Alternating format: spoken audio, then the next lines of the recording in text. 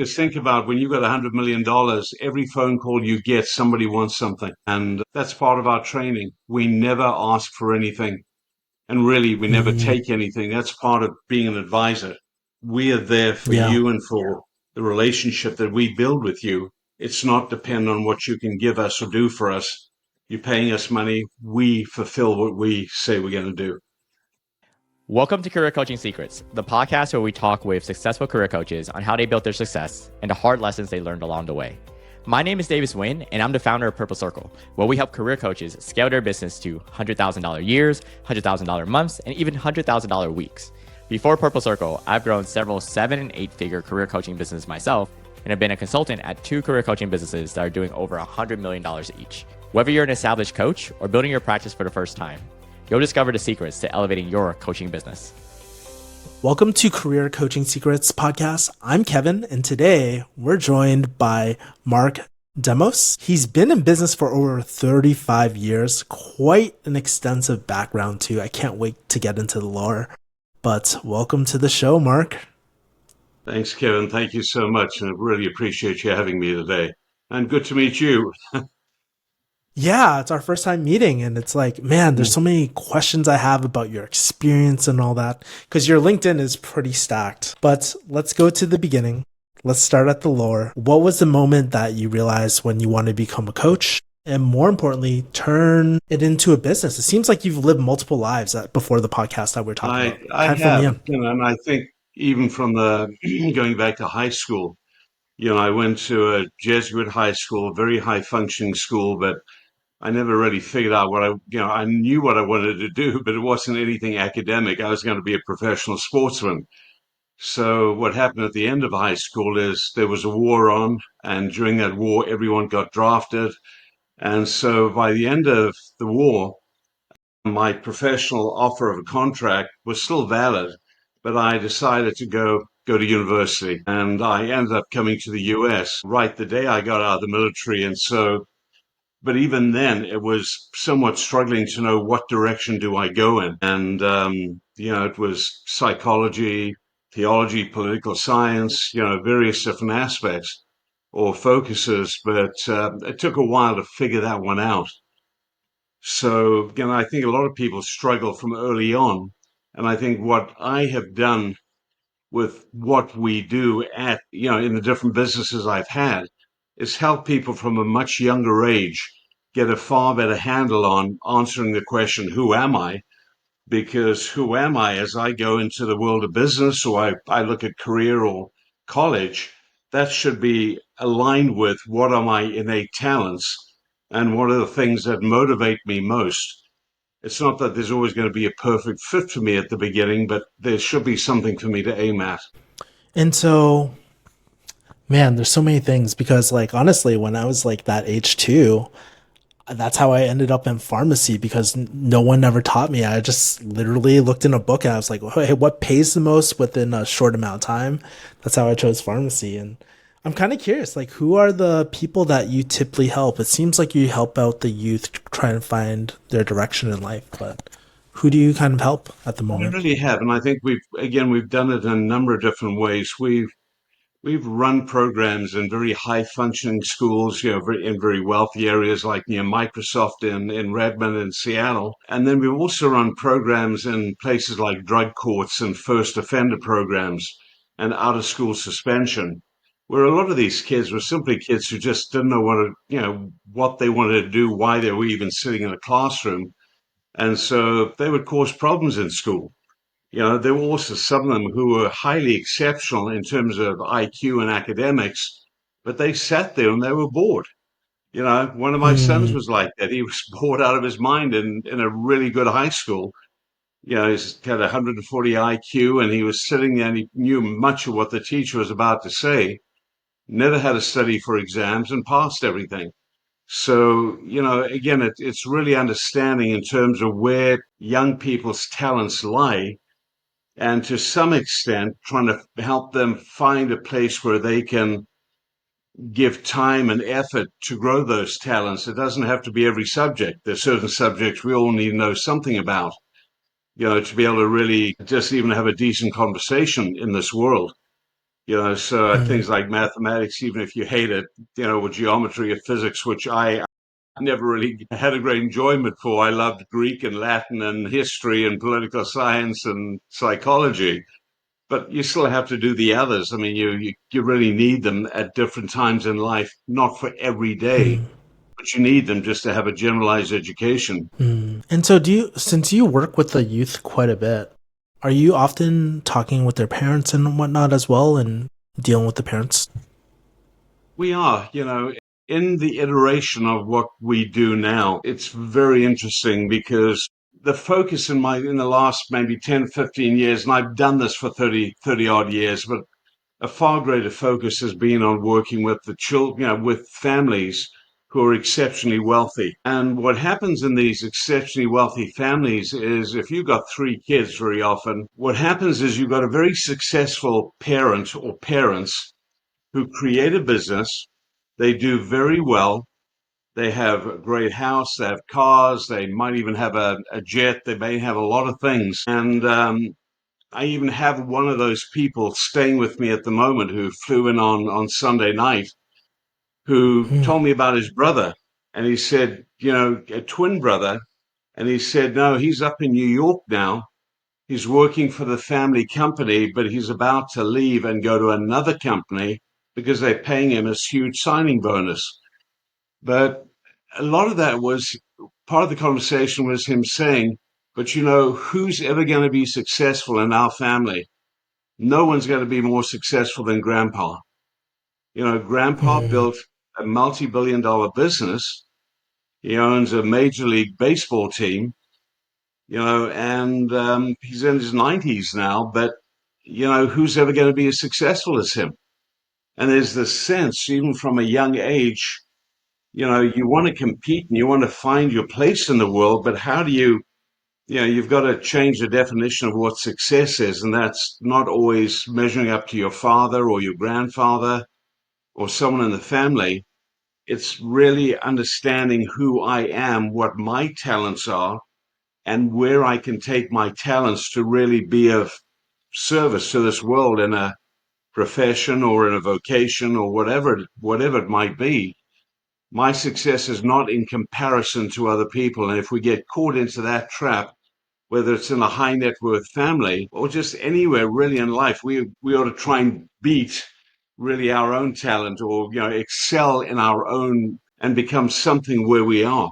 And it doesn't, it can be a chef. My son was a chef, ran restaurants in Southeast Asia, was a great manager, built some really good restaurants. The others in our family are more academic than he is. He's got a brother who's a school teacher.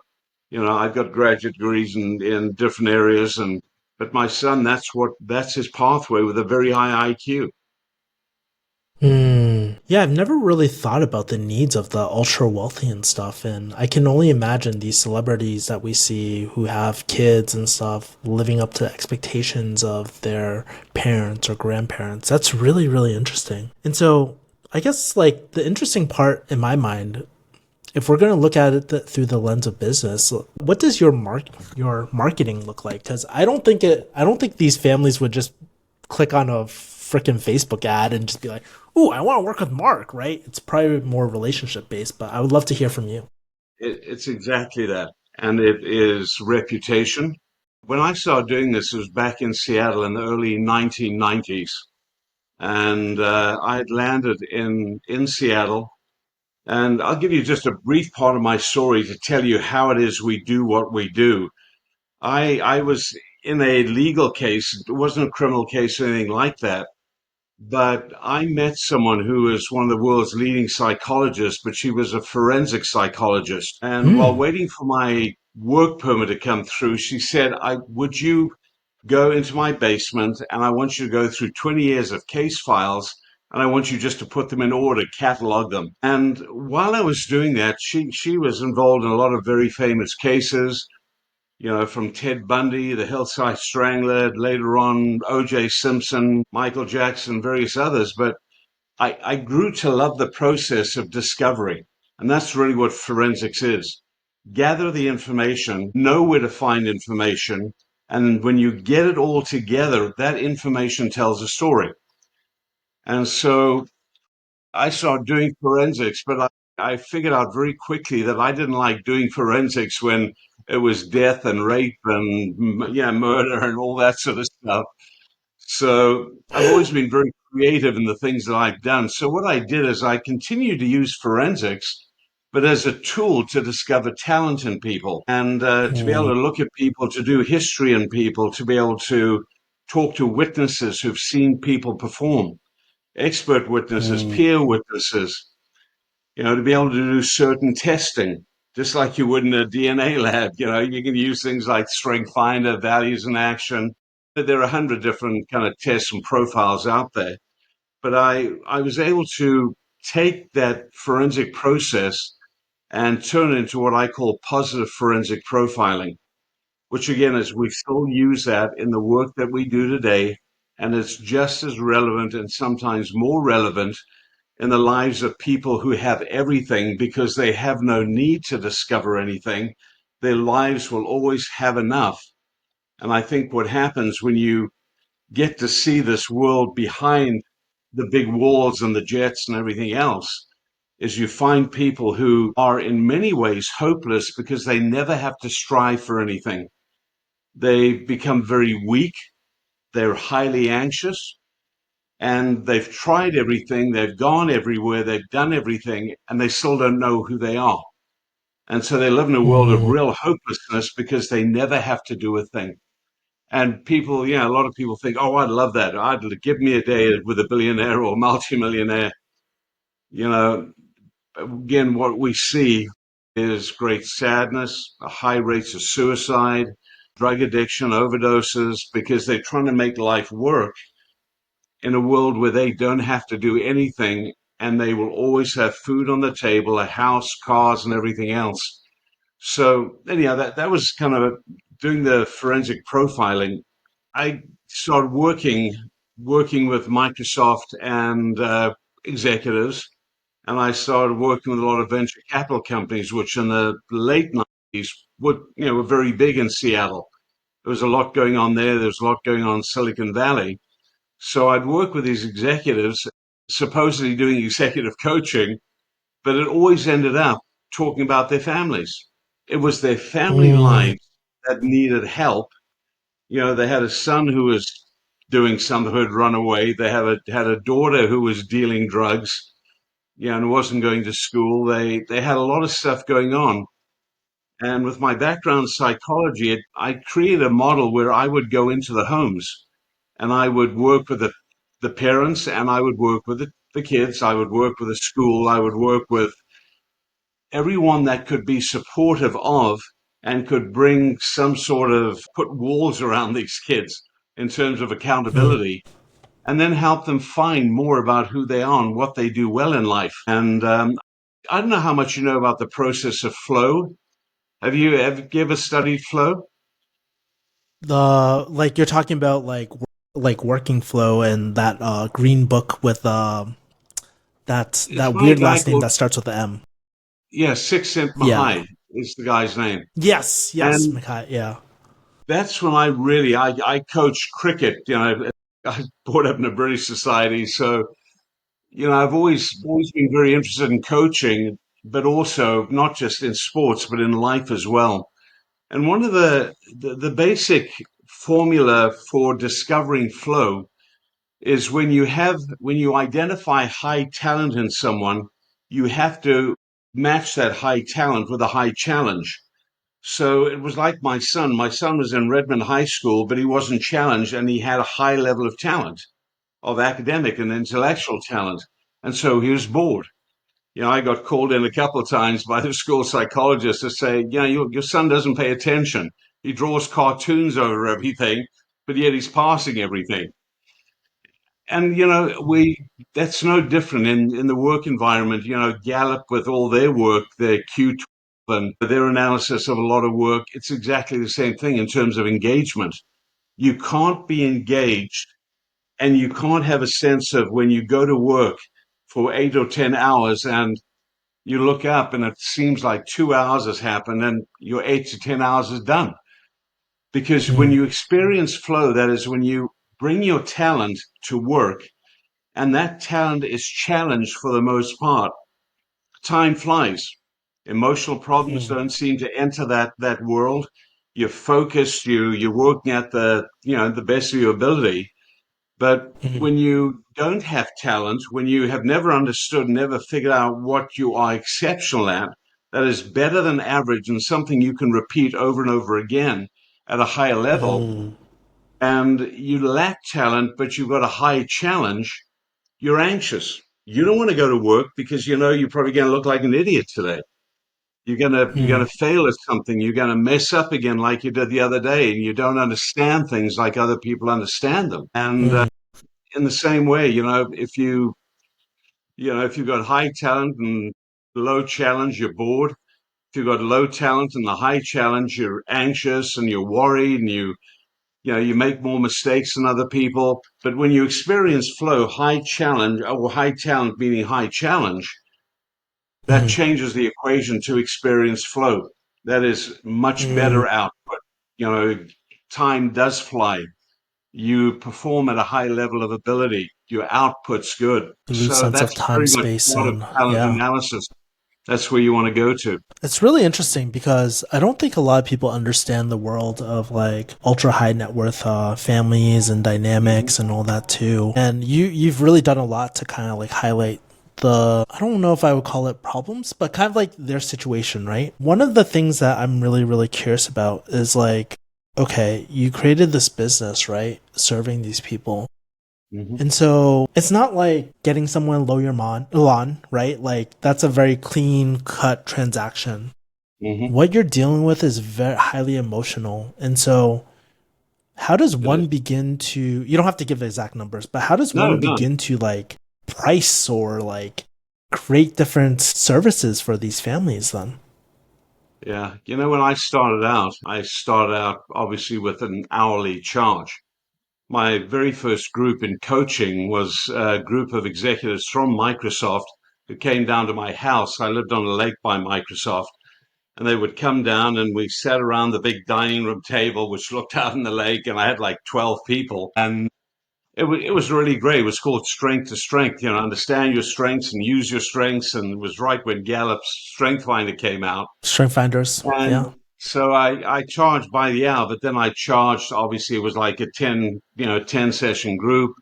So maybe $100 or $200 a person and, over 12 weeks or 10 weeks. And so I did that for a long time. And Mm, it's only been really in the last probably 8 to 10 years do we charge clients for a year long program. We'd do it for 90 mm, days sometimes. We'd work with a young adult for about 90 days. If they needed to do a rehab, we'd do a rehab in a home. And then we'd work with them beyond that first month. We'd continue to work with them in the home. But it costs a lot of money. It only, you had to be really high net worth to be able to do that. One of the things that is interesting with the high net worth is they don't want anything going on their record. So in America, if you go to the doctor, immediately the doctor's got your name, they've got your chart, they've got everything. But when people in these ultra high net worth families have a problem, especially with drugs and alcohol, they go to rehabs and they pay them cash up front before they even walk in those front doors. They've paid for a full month, or they've paid for 2 to 3 months, depending on how long, how severe the issue is. And so we mm, adopted that model about 8, 10 years ago, where if you're going to work with us, you get all the information, you get to know who we are, you get to know what is we going to be doing in those 3 months, and you prepay it. And if mm. you don't want to continue, you don't want to continue. If you go to rehab and you walk out after 2 days, you can always return to that rehab and they will credit you for the days that you haven't used. I So see. for us, it's become something because we're so unique in this world of ultra high net worth. We spoke to someone at a major investment bank just recently, and she said, and we described what we did, and she said, I've been looking for guys like you for the last 2 years. She'd come from Chicago to Dallas, and she oversees probably the most prestigious ultra high net worth group in the world of wealth management. So this is a group that's been going for about 60, 70 years in this investment bank.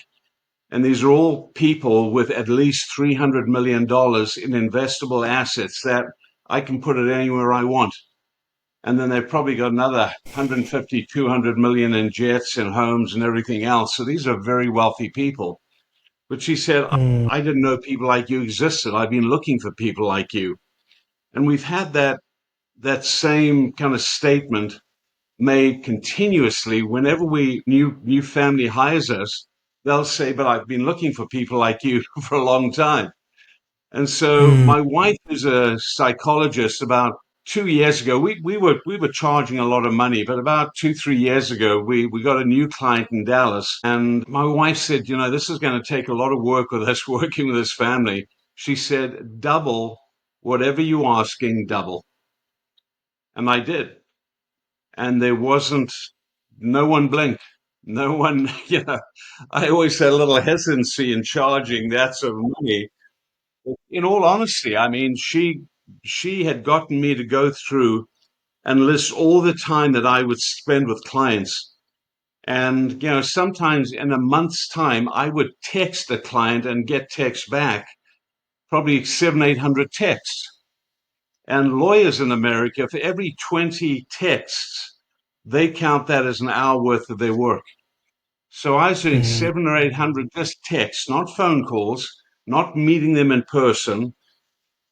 So what my wife got me to do, and then including emails, is write down everything that I did to start really understanding how much time we spend with people. Sometimes it's flying to the other side of the US, or, driving long distances, but all of that is it's our time that we could be charging other people in the use of that time.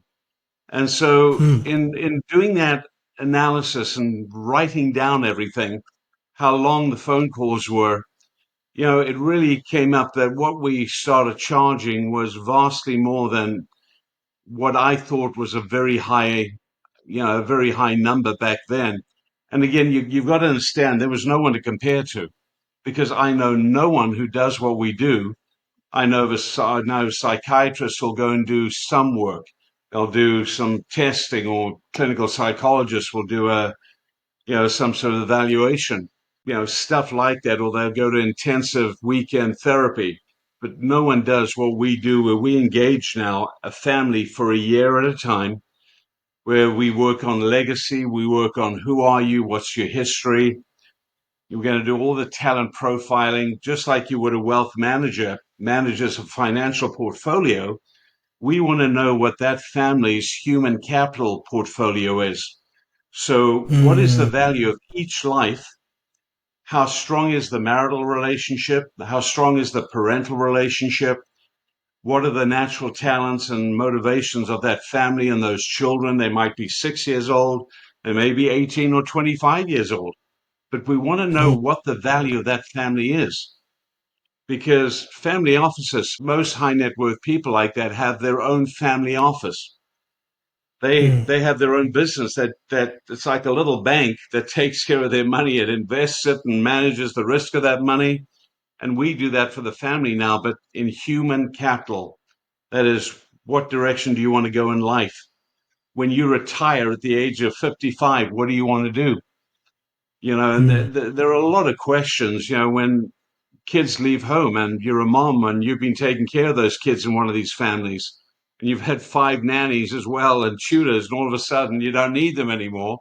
Life's very different. And a lot of women decide to start going into something using degrees maybe they got in college. But again, if you ask how much do I charge, let me say this. We do about 600 hours of work, and we work in pairs, and sometimes we bring in other people. And I think our average charge, when we cut it down to that, is about $700, $800 an hour. So it's mm. very, it's a lot of money. But when you're working with these families who are worth two, $300 million, what we charge is a fraction of 1%. And if I don't value my family to that extent, we don't want to work with them, honestly. Yeah. It's really interesting because there's just so many pricing lessons here that I'm taking away. It's like using a lot of different modalities. Like, so Hmm. there's this concept of price anchoring in where we have an expectation for prices, right? And Hmm. so you're taking disciplines like attorneys, you're telling me every 20 texts from there, like, and then also rehab centers. And then it's really interesting because you also had an example where you're like, man, I thought it was a lot of money. So we project our own beliefs on We what's a do. lot of money. And then it's kind of funny, you doubled it. No one cared. And then like, I'm just so blown away by like you discovering this like pricing model. And in my mind too, it's like the problems that you're talking about, if someone were to do a value based like pricing, it's like, what is this transformation worth? And it's honestly, in my mind, it's just like, oh, it's like priceless. And so, like, It what you're is. doing is like really, yeah, it's It just is really, absolutely really priceless. impactful. I mean, we worked with the family for about 12 years, and it's become a very big Mm, family. There are probably 17 grandchildren now, and the people who started the company are in their 90s. But a lot of tragedy. These families, these multi-billionaires, there's a saying which says from shirt sleeves to shirt sleeves in 3 generations. So you can have $5, $10 billion this generation. By the time the grandkids and everything's passed on, they will be back working in their shirt sleeves to begin again. So, in regards to pricing model, it really has been somewhat of a journey from charging for groups at an hourly rate, doing coaching, executive coaching, using packages that I do for 3 months. And then when we do the work with ultra high net worth, it really has evolved into us charging for the entire year and also charging a very high fee. And based on what you were talking about, all these different, fee structures and, ways of charging, one of the realities is if we didn't charge what we charge, these families wouldn't hire us. They would think they were getting something second rate. So they can go mm-hmm, to a psychiatrist and get charged $300 or $500 an hour, but they've been going to psychiatrists forever. They've gone to therapists forever, and we have therapists and psychiatrists who work for us, but we work as a team. And it's a very different model. So we determined that the best way to charge is to charge for an entire year because the work that we do is going to take a full year at the beginning. We are sitting down and over a period of a year, we're using about 600 hours of time. That is to, one on one as a couple of advisors, sometimes bringing in other people to work with us. It's going to take about 600 hours worth of work. And again, when we charge that very high rate and it is all prepaid. One, because we've had the experience where a lot of these families, because they have so much money and they have their private jets, we can schedule something for this weekend and then we go and we turn up and one guy's in Monaco. He's watching races off his yacht in Monaco, and we're sitting here twiddling our thumbs, and it's disrespectful. We have talent, and that talent needs to be respected as much as their talent. And if they don't use their time that they've paid for to respect the talent, because we could give it to somebody else. And so that is part of what we do. We interview these families for about a month before we engage with them. We let them wow. know precisely what we're going to do, what's required of them, and what we will do to help build their families and their legacies long term. So they get to choose after a month, and so do we. If we feel that they're not going to fulfill their side, we are not going to take their money or engage with them. I mean, we could, but that would be unethical. So many money lessons here. I could go on for another 2 hours, honestly, on this. No, But yeah, that's really interesting. But I do want to shift gears for a second sure. because we were talking before the podcast, and I think you mentioned that you wanted to scale. And so I'm kind of curious, where do you want this coaching business to take you in the next few years? How do you want it to transform? Do you have any secret, like, big ambitions that no one knows about? Love to hear your end. Until 2 years ago, I was very happy working with my wife and then bringing in people as we needed. I've worked for myself and by myself, most of my life, almost all my life, and I like that. I do things in a very unique manner. I was a therapist for a few years back, 35, 40 years ago, but I hated the constraints of sitting in an office and beginning, what's wrong with you? How can I fix you? And I started working with a lot of professional athletes in Seattle, the football team there and some of the baseball team, and I just hated it, and so did they. So even back then, we started to scale to some extent in working with the families that we worked with. I had about four different groups that would meet with families, and they were younger adults who would work with the teenagers of these families.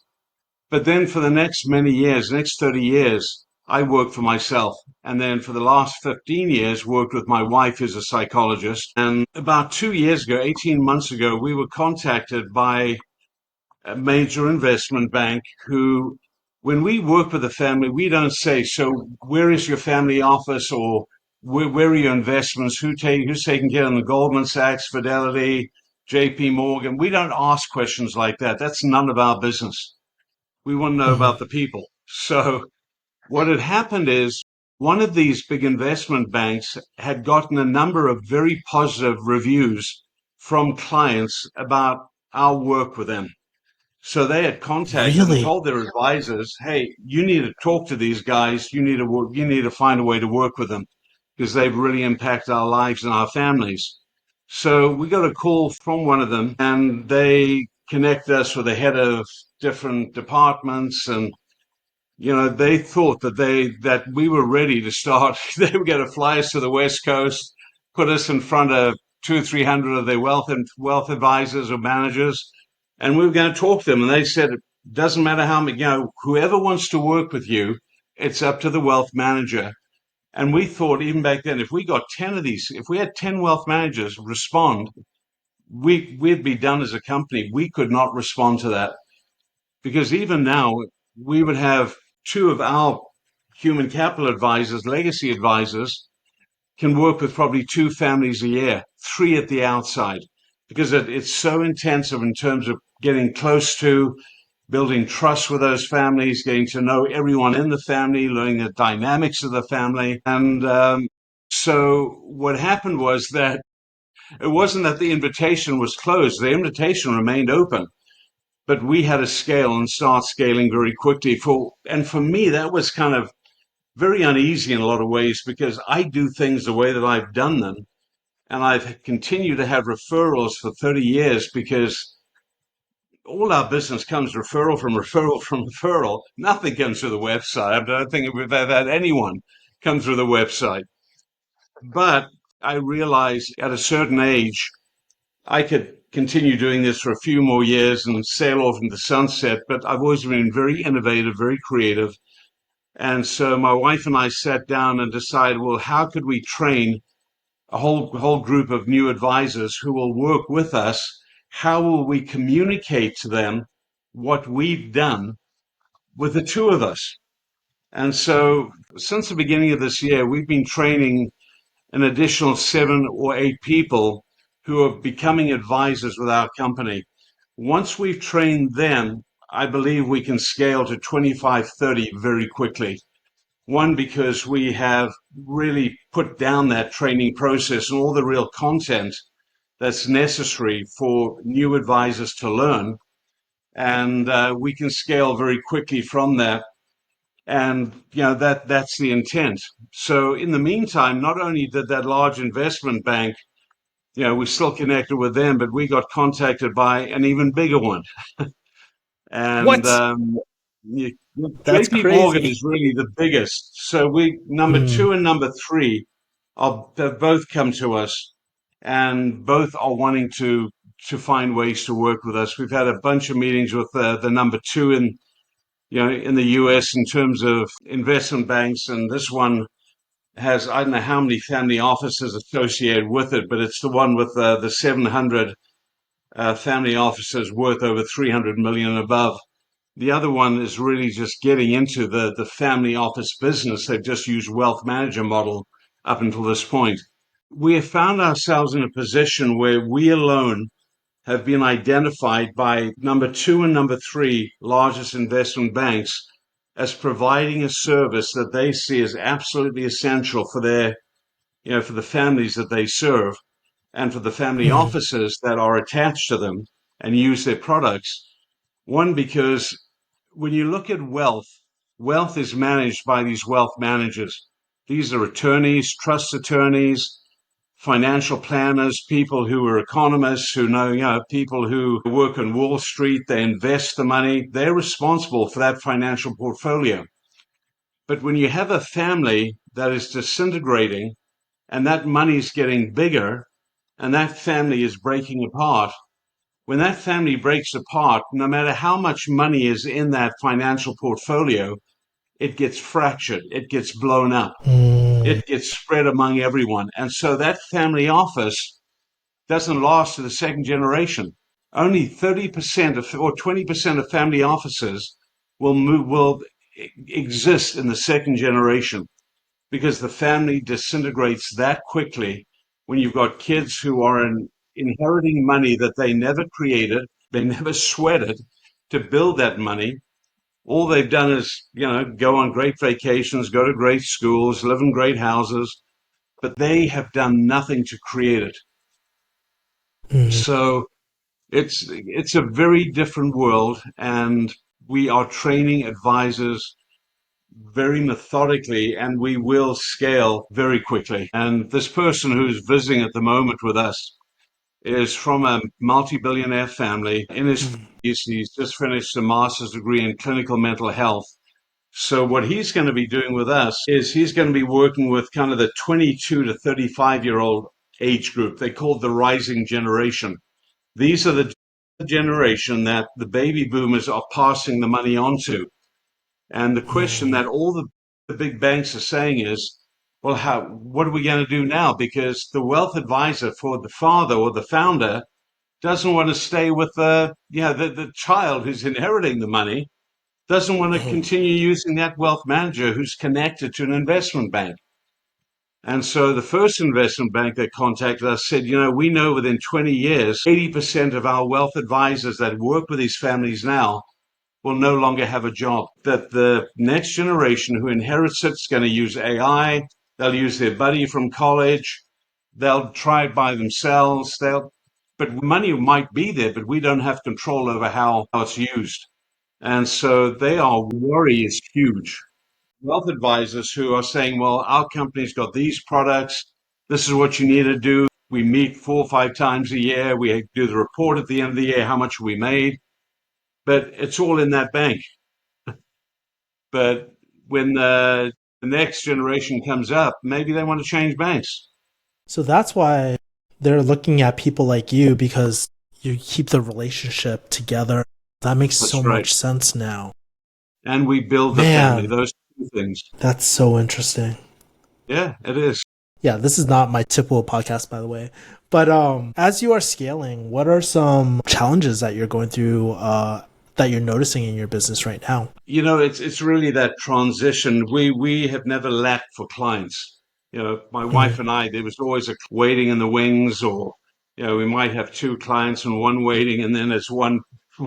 We move one on. We'd take another one on, but our model now is different in that, in the same way as a family office or a wealth manager, we not only want to work with that family for 1 year, we want to build the foundation of legacy there.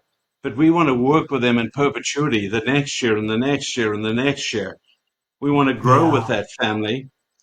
And so part of it is going in a direction we've never gone in. We've worked with families where they've come back to us, where they've had events happen and they call us back in. But it's a brand new model. No one's tried it in the way that we're doing it. Financial side, yes, but even there are major challenges. But our belief is that if we find even if we find 5 out of 100 of these families who really are willing to look at their lives and their families and say, we value our family and we value what we've made. We want to create a long-term legacy. We want to build, we want to build something really good for the future and for our kids and our grandkids. Mhm. So this is not trying to mass market anything. We're looking for people who sincerely are grateful for what they have and what they've built, and they want to build the family as much as the financial portfolio. That's growing. You got $100 million. You should at the end of the year be at 114 to about 125 million. That's what you should Mhm. make, 14 to 25% of that 100. But how's your family grown? In terms of looking at your family, how have they grown?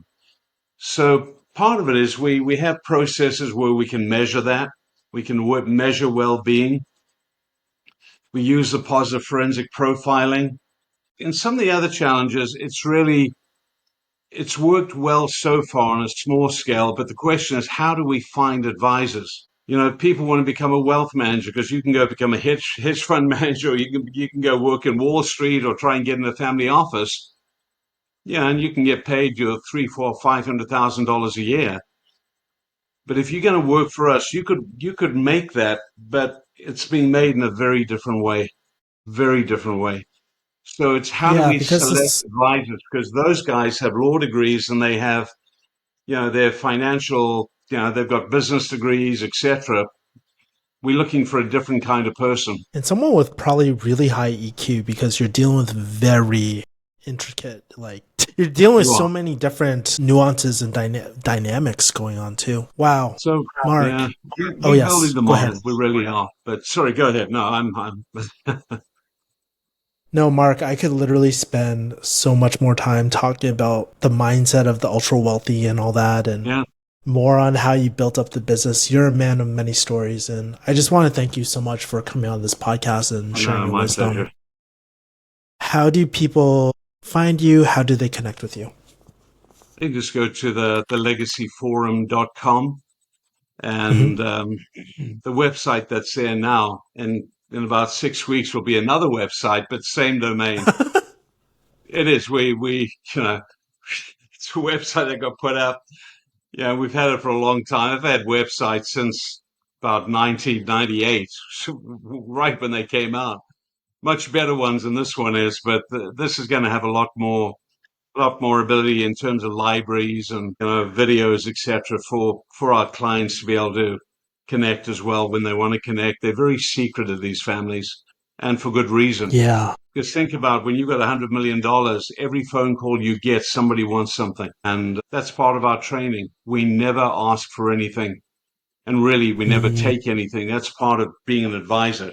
We are there for yeah. you and for the relationship that we build with you. It's not dependent on what you can give us or do for us. You're paying us money. We fulfill what we say we're going to do. So, Kevin, thank you so much. Yeah, this has been so interesting. And just one last thing, as Yeah, you're speaking, I'm not sure if you've ever read this book before. It's called Trusted Advisor. Have you ever heard of it yeah, before? I have. Yeah, My you wife's hit got it, I think. Yeah, that trusted advisor formula, you hit every single part. And the one that really Hmm. stands out to me, of course, you have the credibility, especially with your team. Of course, there's the intimacy part where people feel vulnerable sharing these things, right? But the biggest one in that trusted advisor one is the self orientation. Hmm. You haven't explicitly said it on this podcast, but I can just tell the way that you speak and the way that you think about these families. You truly do care and you put their We needs do. like ahead of your self interest. So I just really want to highlight that because I think a lot of people will miss that nuance in this podcast as well. So yeah, thank you again, Mark. We do. Thank you, Kevin. Thanks so much. And you have a wonderful evening or later, whatever. So you're about 12 hours Yeah, ahead, I think. I am from Central Standard Time. That's like great to see you, my friend. Thank you. That's it for this episode of Career Coaching Secrets. If you enjoyed this conversation, you can subscribe on YouTube, Spotify, Apple Podcasts, or wherever you're listening to this episode to catch future episodes. This podcast was brought to you by Purple Circle, where we help career coaches scale their business to $100,000 years, $100,000 months, or even $100,000 weeks, all without burning out and making sure that you're making the impact and having the life that you want. To learn more about our community and how we can help you, visit joinpurplecircle.com.